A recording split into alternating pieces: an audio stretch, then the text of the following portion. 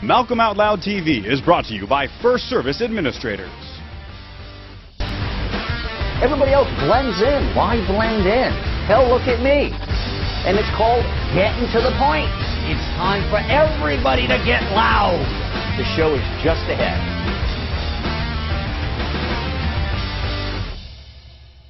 Well, what we call news today is very different than what it was just 10 years ago, let alone 15 or 20 years ago. Today we go behind the scenes. We want to know what makes it tick. We want to tear that story apart and really understand what's happening. It's Malcolm Out Loud. Welcome to the show here. And my guest today is Shannon Rose, founder and president of Eclectic Media Productions, of course. And you call it eclectic because you're everywhere for everybody, huh? Thank you. Thank you for having me on the show. Thank you, Shannon. I've been actually looking forward to talking with you because a couple times we had chat. I found you very interesting.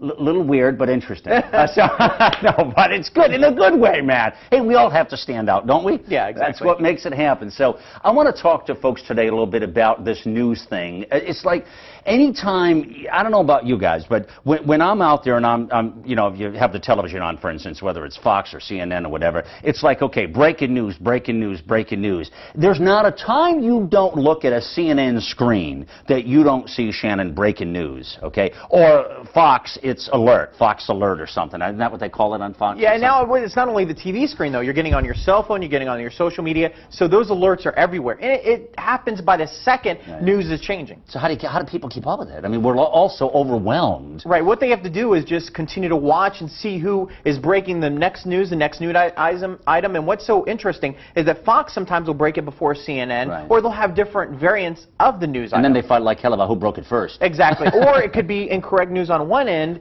and then correct news on the other. Well, and actually that's just happened with a story I wanted to talk to you about. Actually, let me go there right now because this is fascinating. I reported to you folks just a few weeks ago about GE. And we're speaking here of, yes, the big GE. GE, who has made billions and gazillions of dollars, of course, not only didn't pay in any taxes, but got billions of dollars back from the federal government, okay?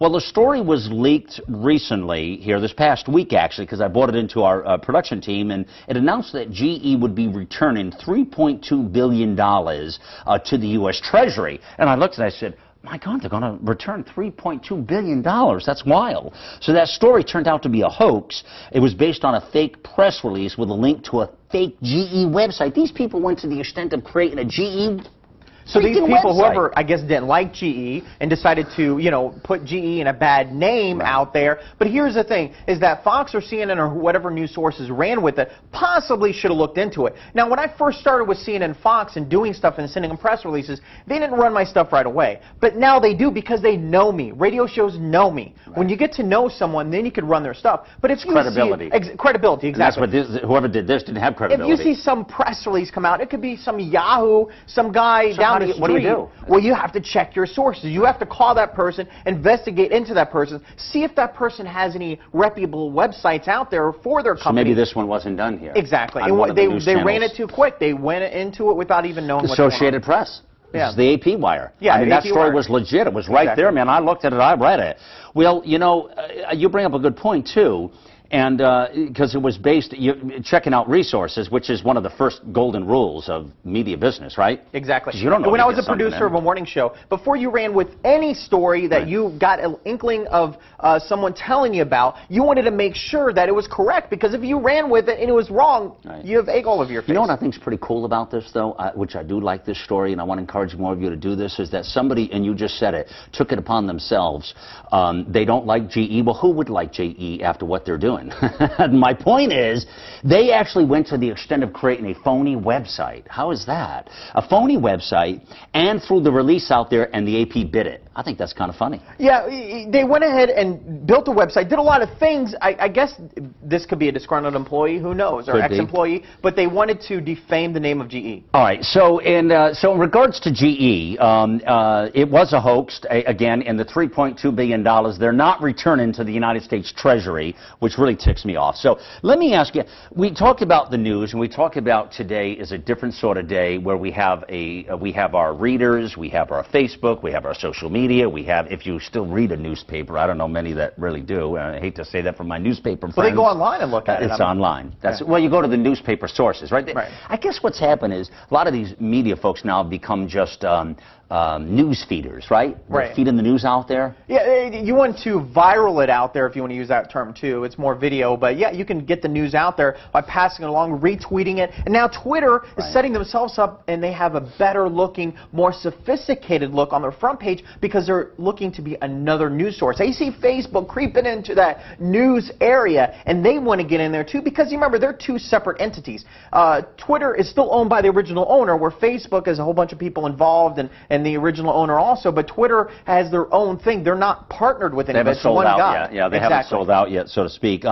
Well, not only that, but you've also got blogs. You've got blogging that's going on. I mean, with all the blogs and stuff. And that's picked up and that's shared. Everything is like, and in 10 years, I was telling you off camera, in 10 years, we're going to have one big social network. It's not going to be Internet Explorer. We're not going to have the browsers as we know. Possibly Google may merge with Facebook. Who knows? But I think it's just going to be Facebook or one big social where you go on there, because Facebook is getting ready soon, allegedly, to go ahead and get their own browser. They're supposedly getting a phone one day. Google has their own phone. Now, it's not working that well, but, you know, because iPhone pretty much is it. You know, that's the well, you know, I keep laughing, too, these days, because, you know, I don't know if you've been seeing, but Google in the past, well, a couple of weeks now, it seems like they're following everybody. I mean, lately, it's like they want to do everything that everybody else has done. They're now going to do a Groupon thing. Well, you can understand the people that are in Google, some of those people used to work for Facebook, and the people that used to work at Google are in Facebook. You're so right. Yeah, they just hired somebody, actually, from Groupon. They're taking their ideas and they're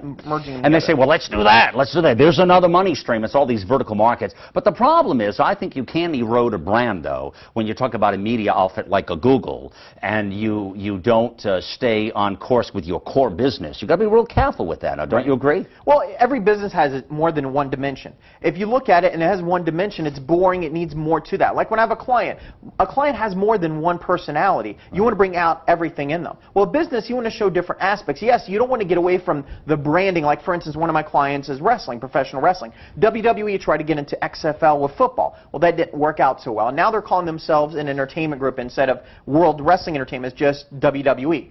But they're trying to brand themselves as entertainment. You've got to brand yourself as one niche and stay with that niche. Yeah. And that's what I'm afraid of, that Google's not doing well. But we'll see. We'll see. All right, so we're all hearing the sound bites every day. We hear the same sound bites, these media blurbs that are put out there, okay? And we've sort of become immune to them. It's the same, if it's radio or whatever, it's the same conservative talk show host. It's the same sort of speak.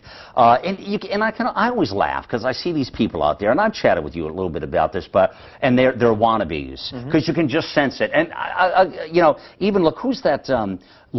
Take Laura Ingraham. Right. I just think she stinks. I mean, seriously. I mean, she is the biggest wannabe there ever was. I mean, right or wrong. I mean, she was another conservative talk show. She's a female, that's all. But she's doing the same crap. And I love it because they get to a certain point of the show and they say, go to my website and you can buy a cap and a book. And it'll get you a ribbon. They all do it. Yeah, they all do it. They all do it. But I'm saying that's the whole deal. If you don't have a cap and a book and a fan and a deal and something, you're not in the business. Exactly. So how do you go about promoting? I wanted to pick your brain a little bit and find out, how do you go now? You have all these personalities you represent, okay? How do you go about positioning somebody that's differently or highlight them when everybody sounds the same? Well, what you want to do is you want to find out what they're an expert in, what they do best, what they're known as, what they're passionate about. You want to find that passion and fine-tune it, almost like a missile. You want to zero in on that passion and express that passion in words, in press releases, in pitches. But if they're saying the same thing that the conservative folks are saying, how do you make that spin it a different way? Differently. You know, the no spin zone, as they say, you know, but you spin it a different way so that the media sees it a different way. When I send out a pitch,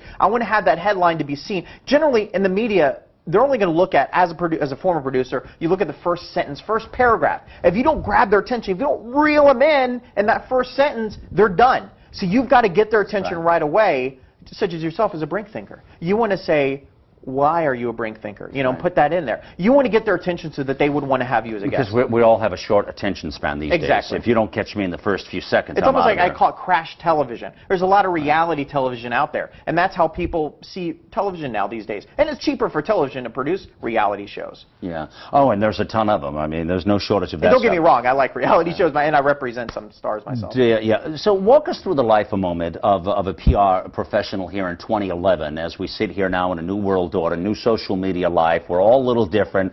We're all become a little immune to the sound bites and the things like I see that are going on. It's a different world, like I said, than a few years back.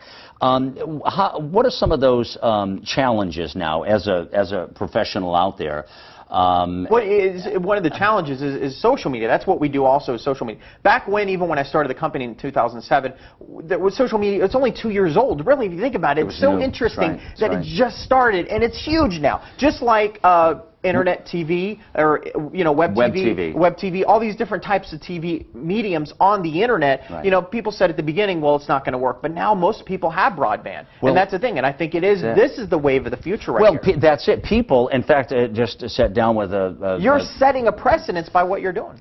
Well, thank you. I just sat down with a key media guy the other day for lunch, who's in traditional media, and won't say his name, but in television and